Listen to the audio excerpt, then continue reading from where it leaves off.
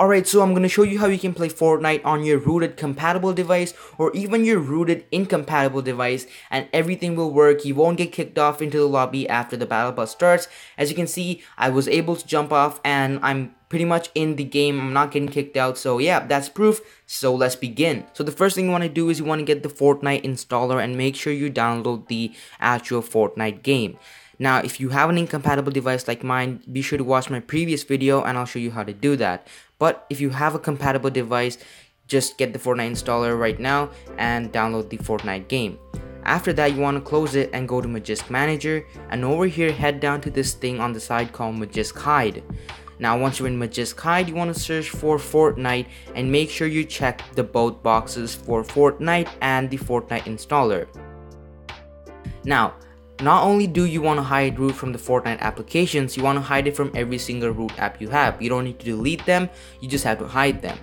Now, I have GL tools that I want to use because of course I don't have a compatible GPU. So before I hide it, I'm going to turn on the GL tool settings.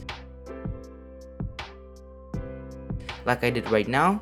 There you go, turn on fake GPU and choose Adreno 540. And after doing that, then I'm gonna hide it using Magisk Hide.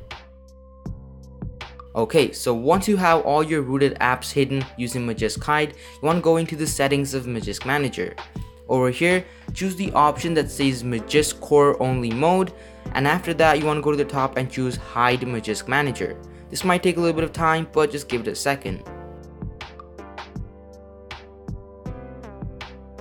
After that, don't make the same mistake like I did and open up Fortnite, but I quickly realized the mistake and I closed the Fortnite app. Then you want to head down to your file manager. You want to look for a folder called Magisk Manager that's located in your internal storage. Just press and hold it and press delete. Once your Magisk Manager folder is deleted, you can go ahead and open up Fortnite. Now I'm just going to fast forward this for you because it took quite a long time for the application to download everything and all that good stuff. So after it loads up, it's going to ask for your account, so quickly log into your account. So now we're on the loading screen as you can see right now. Alright, there, it's going to ask you for your combat style, just press whatever you want. Got it, and I'm just going to load up a quick solo game to show you that now it works perfectly fine.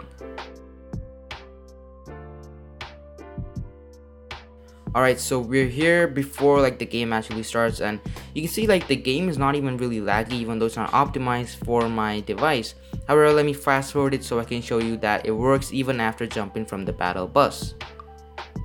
Alright, so here we are on the battle bus. Let me go ahead and jump down and show you that it won't kick me out into the lobby anymore. There you go, I just press jump and keep going. Look, by now I would have been kicked into the lobby if I hadn't done the steps that I just took a few minutes ago. So there you go, that pretty much shows you that if you hide your root apps, if you hide Magisk Manager, Epic Games won't be able to detect that you have a rooted device. Even if it's compatible or an incompatible device like mine, it'll work no matter what. So that's how you play Fortnite on your rooted device. Hope you guys enjoyed it, and if you did, be sure to drop a like and subscribe because take a look at that, my social blade is going crazy. You guys are showing some awesome support, so I really appreciate that. And yeah, that is it for today's video. See you guys in the next one. Peace.